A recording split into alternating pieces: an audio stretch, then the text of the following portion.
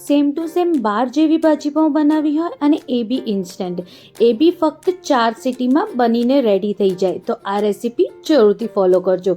2 ચમચી જેટલું બટર અને 3 ચમચી જેટલું તેલ, 1 ચમચી જેટલું જીરું અને થોડી હિંગ નાખવાની. તેલ થવા આવે એટલે 3 કાંદાને આવી રીતે લાંબા લાંબા સમારવાના, 1 લસણની આખી કળી જે આવે છે એ નાખવાની અને 3 લીલા મરચાં.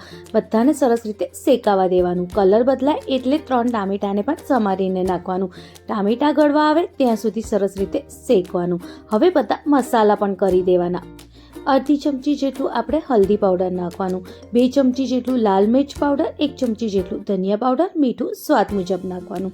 બધાને સરસ રીતે મિક્સ કરી દેવાનું. શેકાઈ જાય એટલે બધા શાકભાજી નાખવાના.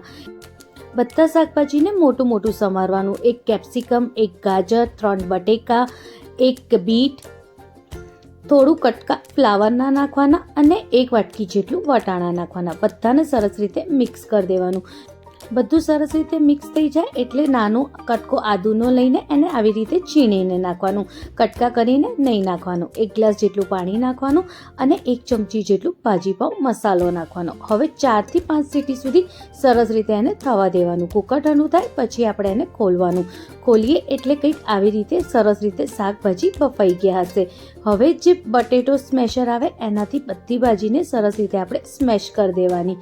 કંઈક આવી રીતે. જ્યારે સ્મેશ થઈ જાય તો આવી રીતે ભાજી ઘટ થઈ જશે, કંઈક આવી રીતે. હવે અડધું લીંબુનું રસ નાખવાનું. રસ નાખ્યા પછી ગરમ પાણી નાખવાનું. જેટલું આપણે ઢીલી કરવી હોય એ પ્રમાણે ગરમ પાણીનો જ ઉપયોગ કરવાનો. હવે ગરમ પાણી નાખીને બરોબર સરસ રીતે મિક્સ કરી દેવાની. વધારે ભાજીને ટેસ્ટી બનાવવા માટે એક સરસ આપણે વઘાર રેડી કરીશું. 1 મોટો કટકો બટરનું લેવાનું. બટરની જગ્યાએ તમે તેલનો ઉપયોગ પણ કરી શકો છો.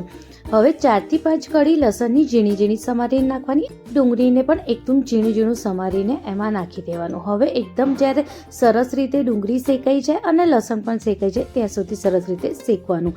શેકાઈ જાય અને કલર બદલાઈ જાય પછી આપણે 2 થી 3 ચમચી જેટલું ભાજીપાઉંનો મસાલો નાખવાનો. અને જ્યારે ભાજીપાઉંનો મસાલો નાખીએ ત્યારે ગેસની ફ્લેમ બંધ કરી દેવાની, જેથી મસાલો પડે નહીં. બરોબર સરસ રીતે મિક્સ કરીને એને ભાજીપાઉંની ઉપર નાખી દેવાનું અને 2 થી 3 મિનિટ માટે એને સરસ રીતે ઉકાળવા મૂકવાનું, જેથી ભાજીપાઉંમાં જે બી પાણીનો ભાગ હોય એ બળી જાય અને એકદમ સરસ ટેસ્ટ આવે. એની ઉપર થોડી કસૂરી મેથી તો ખાસ કરીને નાખવાની. એનાથી ભાજીપાઉંનો ટેસ્ટ બહુ જ મસ્ત આવશે. અને રેડી છે આપણી ભાજીપાઉં. આ ઇન્સ્ટન્ટ ભાજીપાઉં એકવાર જરૂરથી ટ્રાય કરજો. બહાર જેવી ભાજીપાઉંનો ટેસ્ટ ઘરની ભાજીપાઉંમાં પણ આવશે. રેસીપી ગમે તો લાઈક, શેર અને કમેન્ટ કરવાનું ના ભૂલતા.